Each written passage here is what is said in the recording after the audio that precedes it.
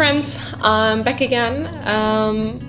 It's been a while since I've been here on YouTube, and honestly, like the last months felt like I've been put in a washing machine and spit out in the end. So let's wrap up everything that happened in the last months. So I think the last time I spoke to you was in Cape Town in the beginning of March, and honestly, like to sum it up, Cape Town was a really amazing healing time for me, especially with all the stress I had before that, with the breakup and stuff like that.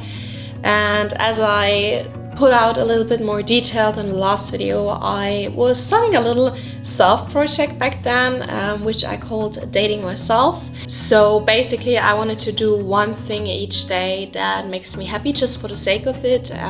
So I bought myself flowers and plants, but I also, for example, went diving with sharks. I really love sharks, and it was a really amazing experience. It was not a really good visibility there, but we were lucky and saw some cow sharks, which are like 2 meters sharks.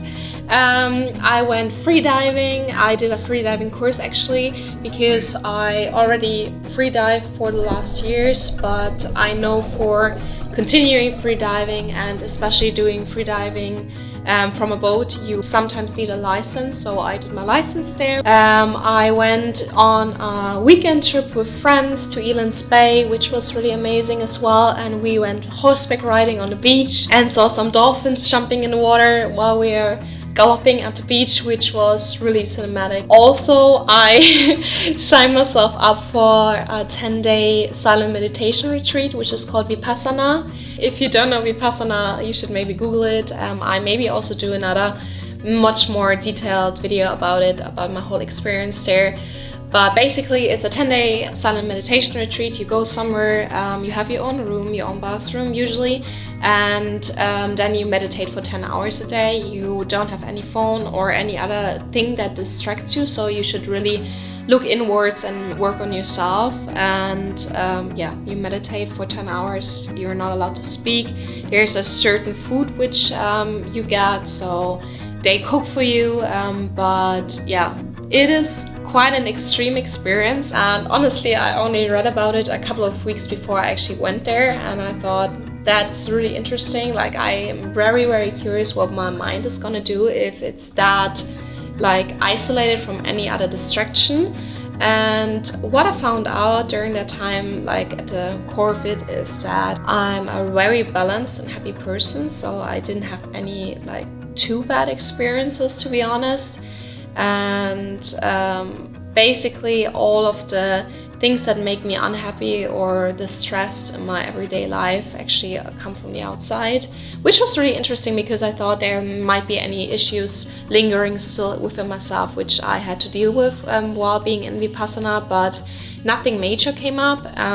So basically what you also learn during Vipassana is how to deal with your emotions through meditation, how to be a more balanced person and stuff like that. To be honest, I think that was one of the best things I did in this year so far. So it was, for me, a very, very good experience, but obviously everybody has their own experience with that.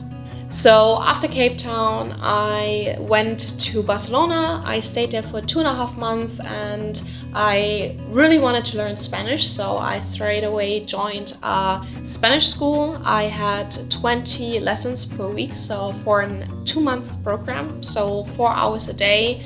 During the weekdays, I always had Spanish from 9:30 to 1:30, and honestly, I really, really loved it. I had much higher expectations for myself, to be honest, to like learn Spanish during that time and whatever, but obviously that's not really realistic.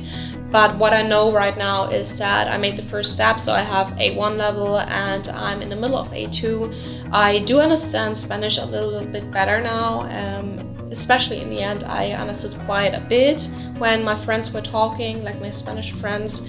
And it was the first step, but I really want to continue and learn the language, as I want to learn as many languages as possible, to be honest. I think that's a really useful tool. At least like Spanish and French would be really awesome to still learn within my life. maybe Chinese. Also, of course, I had still client projects going on, and especially in Barcelona, I felt like I got more and more back to my daily routine, which was really nice to like be in kind of my routines again with Spanish class, working, doing sports and meeting friends. And it really helped me to actually continue like doing more projects and doing more photos and being a little bit more productive again, which I sometimes lacked in Cape Town, to be honest. In Barcelona, I also picked up a new hobby, which is to write poetry, and it actually became really quickly one of my favorite things to do in the evenings. The last month has been so extreme, so it really helped me to articulate like my thoughts and feelings into words and make them less scary through that, and just put them down into something which I can really resonate with. Also, as you probably know, Barcelona is on the seaside, so I also went diving, which I really loved.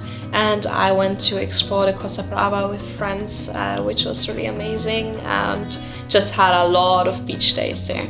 And after Barcelona, I went back to Munich, to Germany, to see my family again and my friends. And I also had to do my taxes, like all the paperwork and stuff like that. And I also sadly had to sell my beloved car, which made me really sad because I had so many cool adventures with this car, and it was really like my safe space kind of when I was home, because I put my whole luggage in there, and then I could like go from friend to friend and live at one place there and one place there and just keep my stuff in the car. But it didn't really make sense to keep the car anymore because I'm literally not there anymore, and just use it like every 3, 4, 6 months.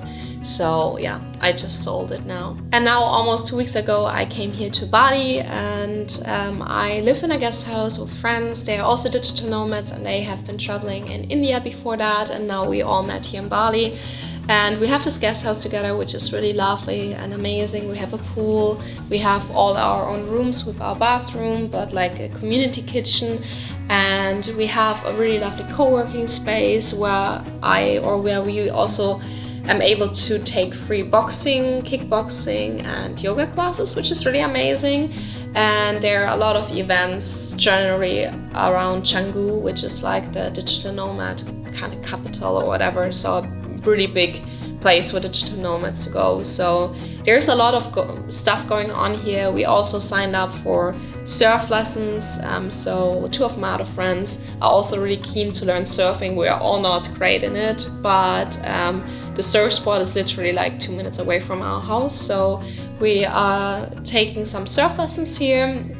And I'm actually really looking forward for the time in Bali, but I'm gonna tell you more about it in the next video. So that's my update so far. That has been my last couple months, so it's been a lot. Yeah, I hope I didn't bore you, and I'll see you in the next video. Bye!